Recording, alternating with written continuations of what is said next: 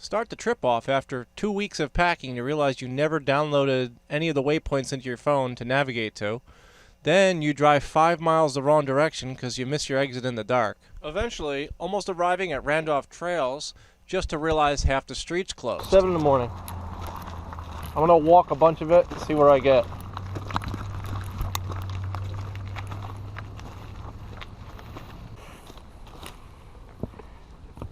Yep. Here's the first one of the day.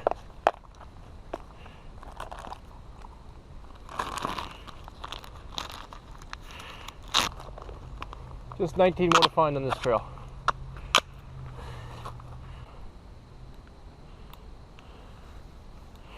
Okay, so far I'm 2 for 20. Well, 2 for 30.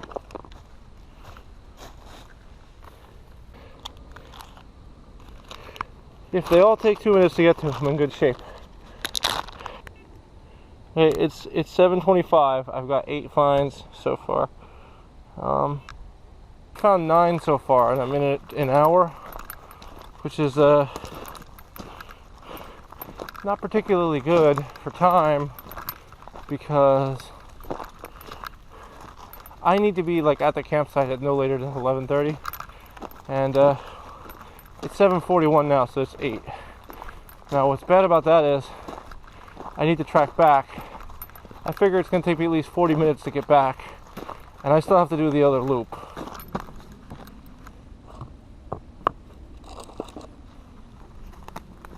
Not pictured was right after this, me walking through the high grass and get soaking. Actually completely missed the marked trail, which is why I got wet.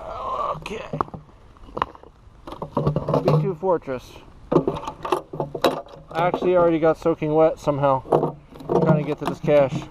This side of the trail looked nicer with paths and stuff, but kind of got distracted because I was pressed for time. After wrapping up a Patriot's Path, I headed over to the Bundage Park. Well, this is the Bundage Park. This was the site of the 2014 pre-Metrogathering before we completely outgrew it. The place does not seem as magical in this video as it did the first time. It's not November. It's not snow covered. This is where I lit my bag on fire over here on the fireplace because it was so cold. I was so close to the fire. And over here is where I hiked out probably for the first time and found like 4 caches in complete total darkness. So I just thought I had a visit. It was literally a minute away from where I just was. So I really can't believe we fit as many people as we did in this park.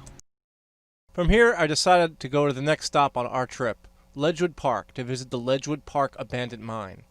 So right now we are at the Ledgewood Park. I know there's a cache over to my right somewhere. I'm probably going to ignore it. I'm really hoping that I saved the Ledgewood stuff in here.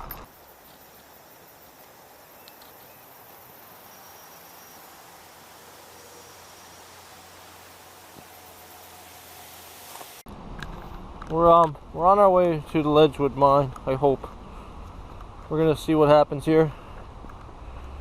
When I approached this, I was initially disappointed. I thought this was the entrance. I would later find out that this is just a dead drop into the top of it.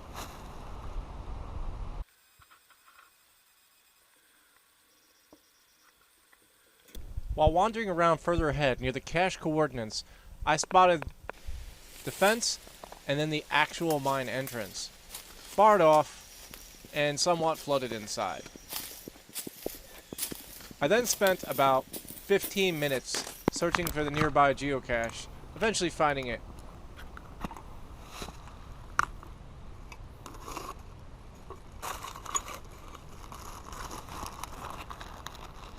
I then headed to the most important thing of the day, acquire a campsite.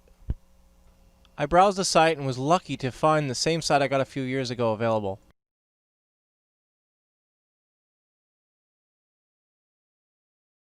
I got Site 14 again and quickly got to setting up, including the addition of a new gazebo this year.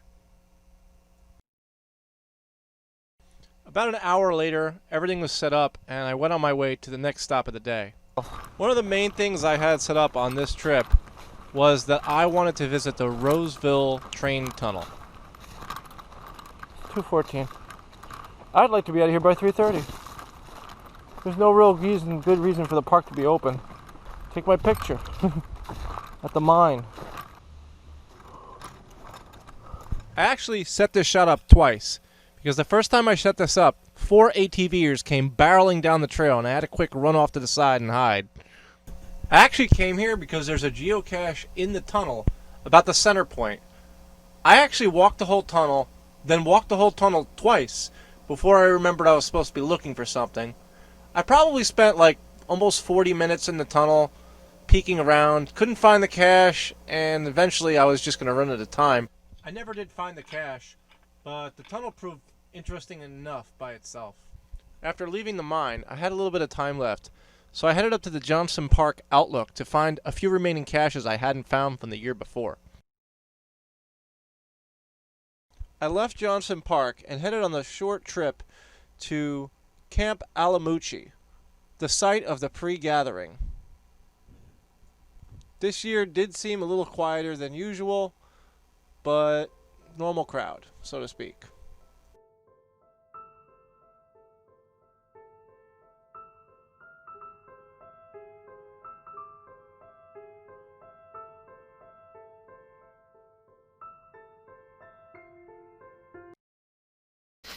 I arrived at the site approximately 9 o'clock and proceeded to try to get a fire going.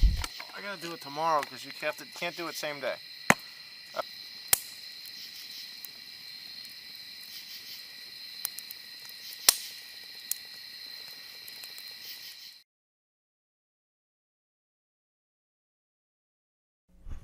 I woke up to a beautiful sunrise and the most wonderful light on my campsite. This may seem counterintuitive, but the main event probably to me wasn't necessarily the main event. I arrived at the Metrogathering Mega at about 11 a.m. I walked around, got my bearings, got some information, and did some random lab caches. Didn't film too many of these, but the first 10 of them were pretty much right here at the main area. I also put in about 40 tickets for the raffle.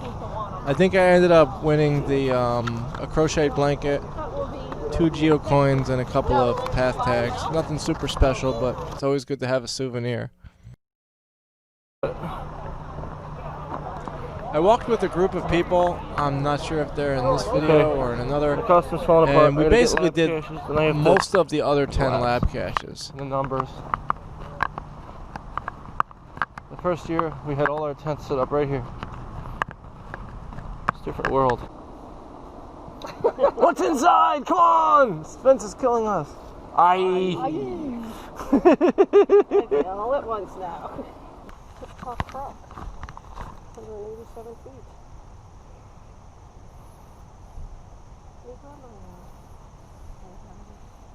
You want me to carry it? Ooh!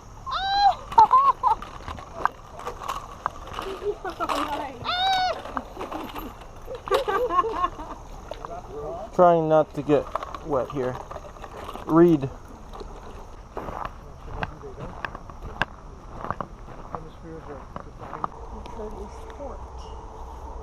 Everybody good? Yep. Good.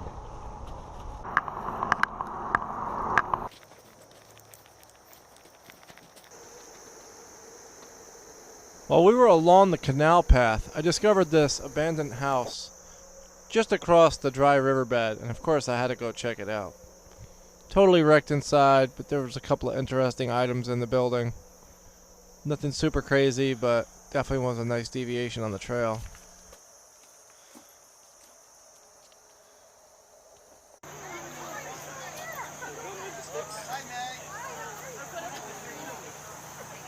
One of the not so well known things about this event is actually my 2000th geocache find.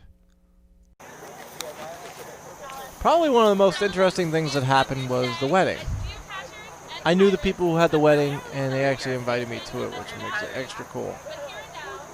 I honestly feel like this is one of the things that made it completely over the top for me this year.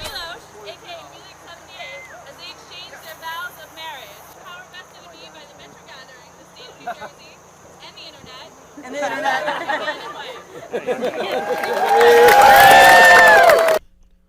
While everything was going on and I was doing the labs, I actually set up a time-lapse camera on top of the Tricky Tray booth and recorded almost 4 hours of time-lapse. Very interesting footage. If you were at the event between 12 o'clock and maybe 1 o'clock, see if you could find yourself in this video.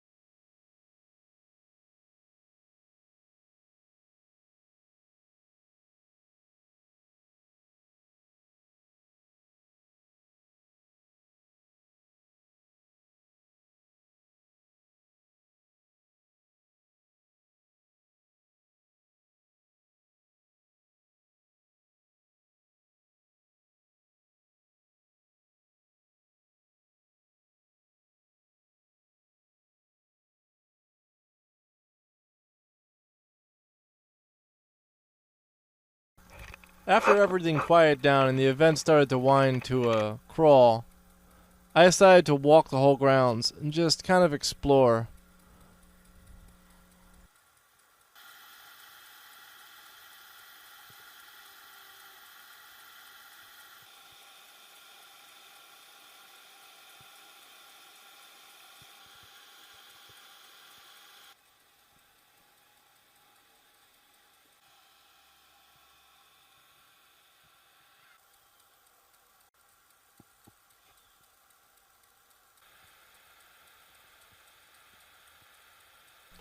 After the event wrapped up, I headed back to the campsite briefly just to realize that the reception was about a 38-minute drive away, and then got lost going there anyway. It was great to be able to have an additional chat with the friends I actually knew. I got out of there about 9:30 at night and headed back to the campsite. Probably got to the campsite almost at 10 o'clock. I got in pretty late and spent way too long trying to start a fire with a blowtorch. Today was basically the culmination of the first half of my whole trip. After the pre-metro gathering, the wedding, the metro gathering, and the reception, from now on for the rest of the trip, I'm completely on my own, doing my own thing. If you're curious about my power situation, we have here an entire car battery, a 200-watt inverter, which is really honestly just for the Christmas lights, and then we have a 3-amp converter, hooked up and chained into one charger, two charger, and then passing through the charger into 2 power banks. I'm currently at the moon. Next morning I woke up around 10 o'clock or so. The plan for today was to eat some breakfast. I believe I cooked burritos or something in here in a pot and burned the crap out of it. And then decided to do the mountain trail across the way with the labs.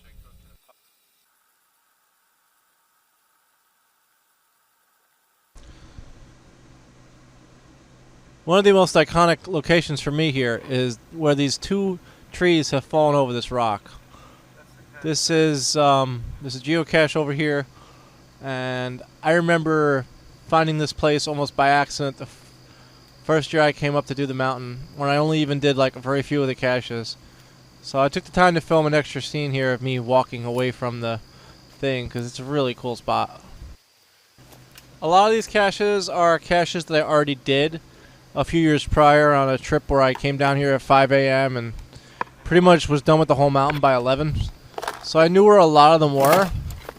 So a lot of this is literally just me filming, finding each of them. There's some running around video here that turned out terrible. Still put it in anyway.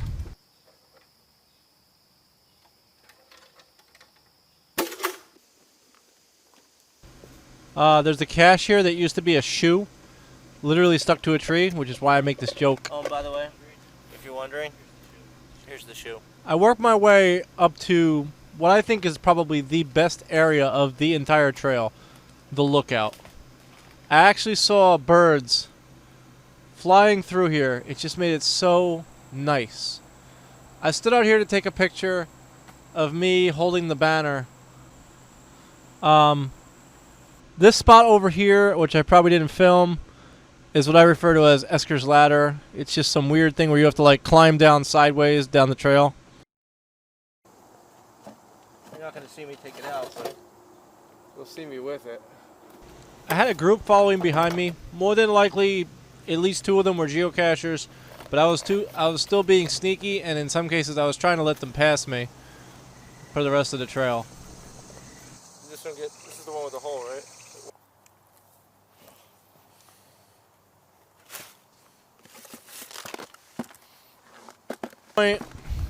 I decided that I wanted to get one other cache that I had missed that was way, way, way off the trail. So I actually approached it from the railroad parking lot, and then I ended up coming back down. Wow, I went way out of my way to try to get back to where I wanted to go. I wasted like a whole hour. Ended up taking a quick video of the railroad trail, and that was kind of it. And then I moved on to the next part of the trip.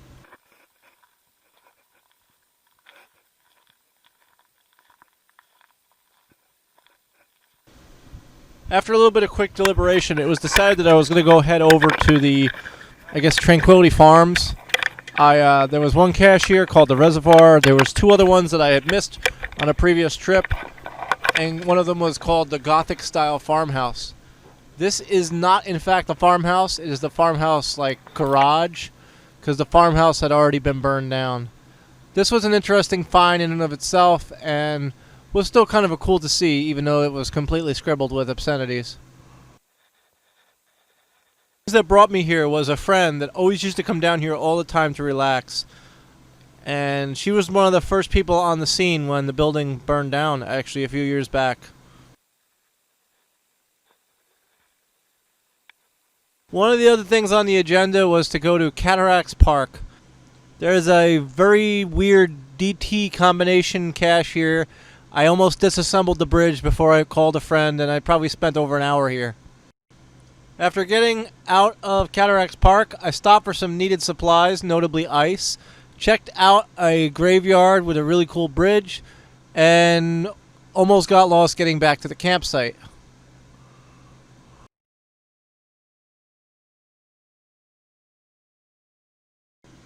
I settled in, started a fire, cooked some food, and then realized that I could shoot high-speed, slow-motion video on the camera. So I spent over an hour trying to record fire at like 240 FPS, which was kind of interesting and cool novelty. I got up early the next day and started breaking down the site, for there was a long journey ahead. Took the tent down, forgot to show the video of me mangling the gazebo, packed everything in the truck very meticulously, because it would all have to be unloaded again. Took this beautiful shot that I filmed here, where what you don't see is the camera on an 18-foot pole zip-tied to the roof rack, and it fell off and actually broke the mount on the camera. I fueled up and headed onto the highway for approximately an hour-and-a-half drive to my next big stop along the way. Old Mine Road and Worthington State Forest. I hadn't been in this area for 12 years. The last time was when I was on vacation with my family. I rode around for a bit and ended up selecting a site. It was completely hassle-free. I picked a wonderful site near the water, and I spent about an hour setting up. It was a real big struggle to put the gazebo up since I destroyed it at Stevens. I chose this campsite or campground for one specific reason, and that's its proximity to Old Mine Road and the abandoned copper mines, as well as the Delaware Water Gap and various other pieces of historic history along the Tox Dam.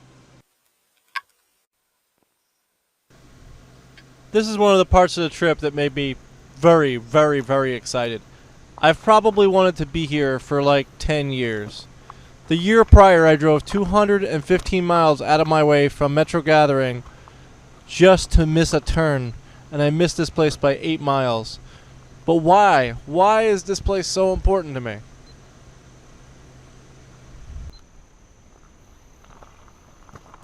Let's rewind to 2002. They were here. I can get down. I meant for him. I could even jump. What's the matter, huh? I prefer to jump. According to that book, that guy walked through here. Next time we can come more prepared. So then, I'll go, but if we're gonna go, we gotta go up there. What are you planning, Travis? This is the low one, and the upper one is above the back. It's drier area. This is the upper. This is the upper one. Wow. Boy, it sure has changed. Don't come up here because we won't get back down there. The thing is sunk. That's amazing.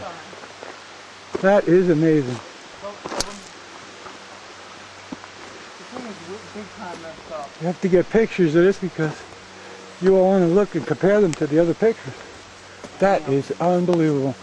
Look at how messed up. I wonder if that just happened by itself. Look at the top though. I don't believe that. The top must have collapsed, sinking the bottom in.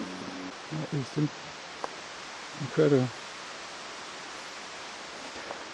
Well, Because the picture, you could take a picture from here because you'll be able to compare it. gate and everything, you know. The Because whole I took a effect picture from inside looking out that way.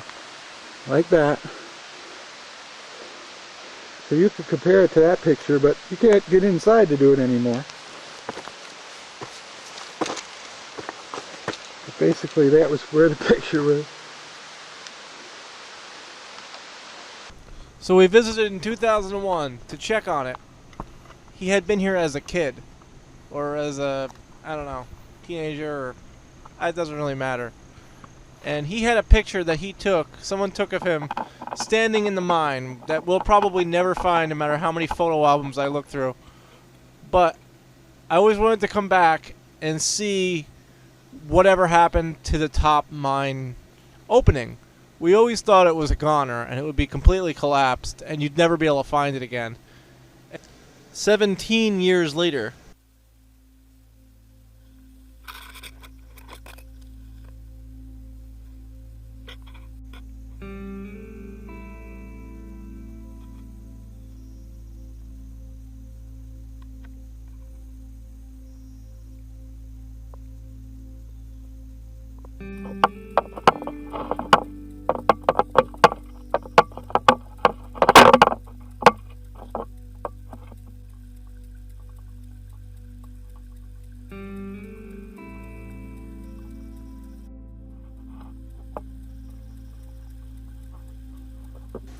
As you can see, the original lower entrance is completely different than ones it once was. They have welded in steel bars permanently closing the entryway.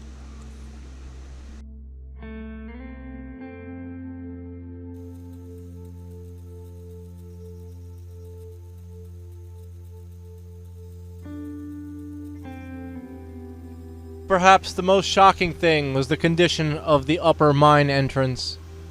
You could walk right past it and you'd never even know it was there. It took me 2 tries to find it. It's now what best can resemble a culvert pipe jammed into the side of the mountain. Again, completely sealed from any possible entry.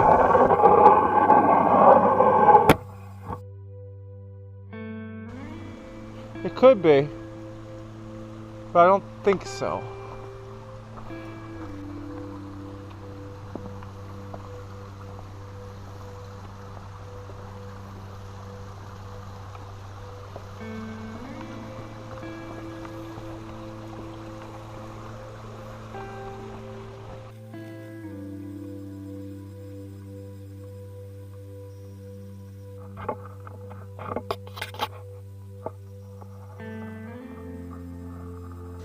I spent a short bit of time near the parking lot exploring the Delaware Water River and small remains and pieces of the waterway which once ran across the road.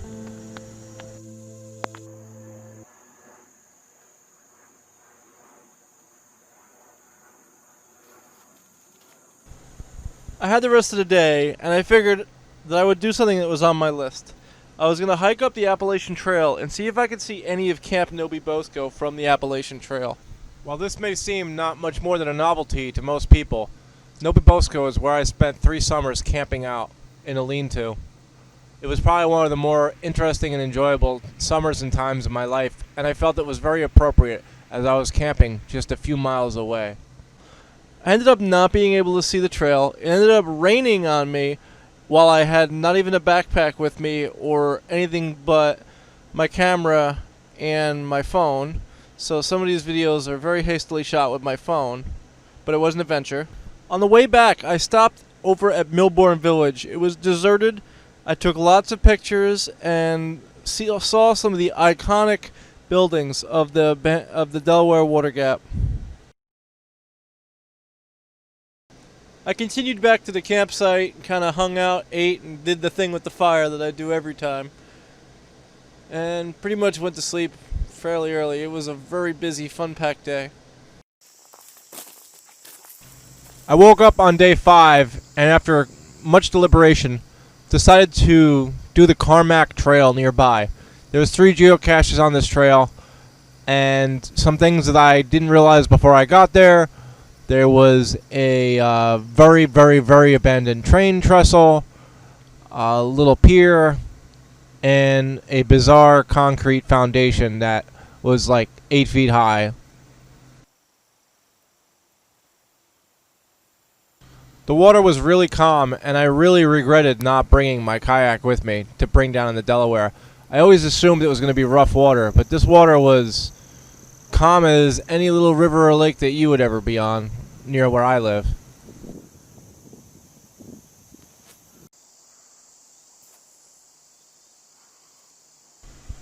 I sort of half climbed up into this concrete thing to try to see what it was.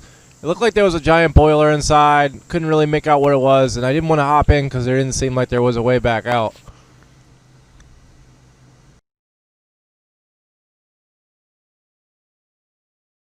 I headed off after here.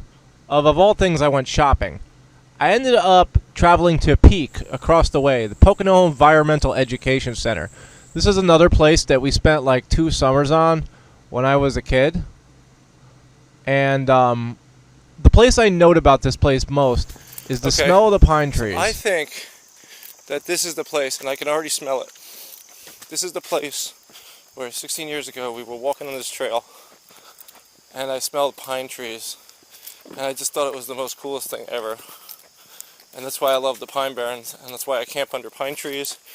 And that's why I always tell you guys in all the stories that I say that this is that place.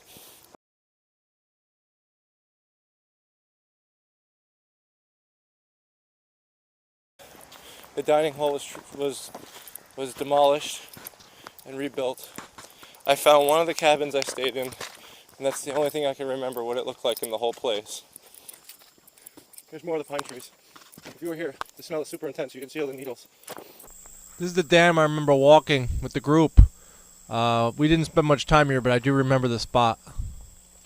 Notably. I was wondering if they still had a beaver problem here. And I see a whole bunch of trees down, chewed off. Like this one there.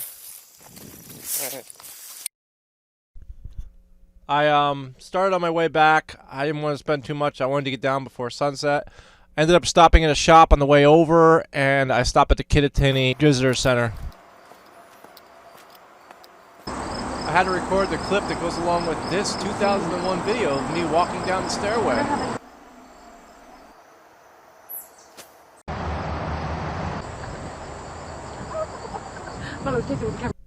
I then headed back to the campsite. I was really eager to record the sunset, and I just ended up there at pretty much the perfect time. I climbed out to a sandbar on the water and took so many amazing pictures with the sun just in perfect twilight. I caught some little tiny tadpoles running around in slow motion, and I set up and recorded this awesome sunset with even a boat that came past halfway through.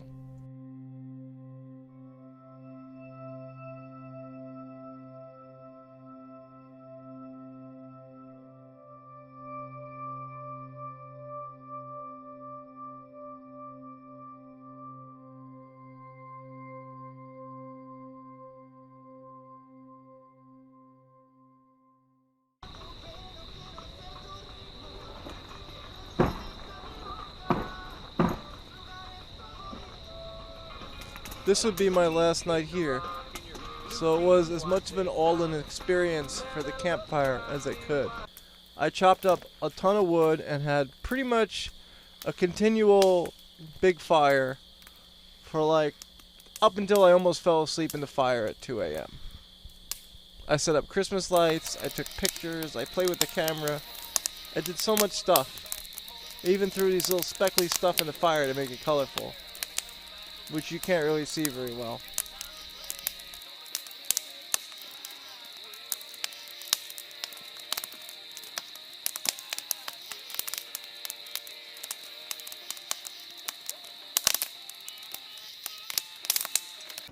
The next morning, I would say I got up early to break down, but that would be a lie. I'm pretty sure I slept until about 10. It took about an hour to break down the whole site and disassemble everything that I've had up for 3 days. The gazebo, as you can see, fell apart in my hands, and it was fighting me the entire way. But shockingly, the tent made it back inside its bag easy enough. I burned all the remaining wood I made, packed everything up, and got ready to head out. Somehow almost drove away without my sleeping bag.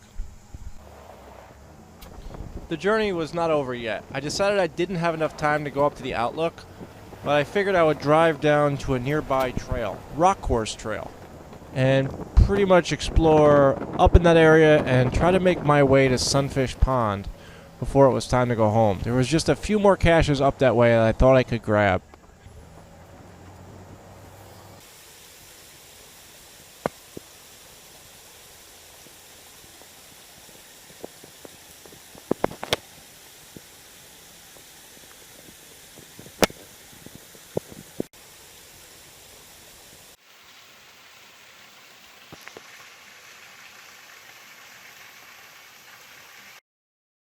I tried for a cache called Itsy Bitsy Spider. This cache actually had a golden ticket in it 2 years ago.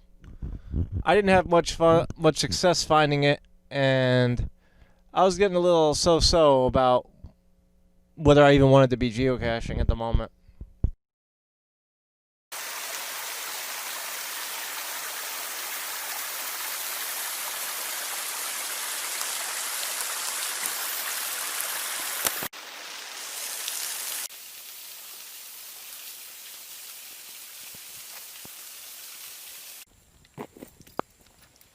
I hiked my way up the hill to Sunfish Pond upon a recommendation from a coworker at work. It must have took me like a good hour to get up the hill to get to Sunfish Pond.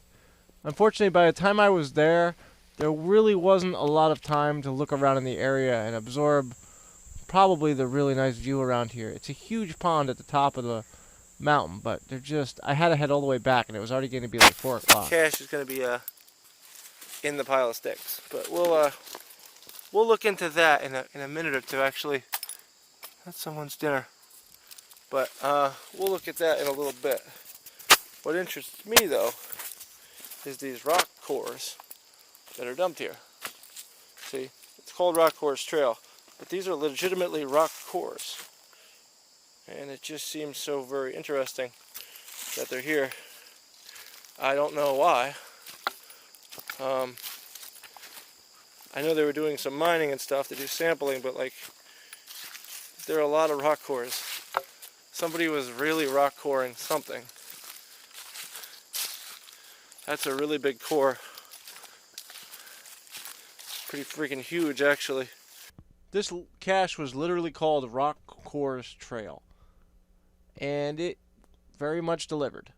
It was an easy cache to find, and to be honest, I was in such a, for some reason, rush to leave that I didn't even go back and like really look at anything. I was getting pretty tired. This is day 6, mind you, of being in the wild. And of course, one of the reasons I wanted to get out before the end of the day was 2 things.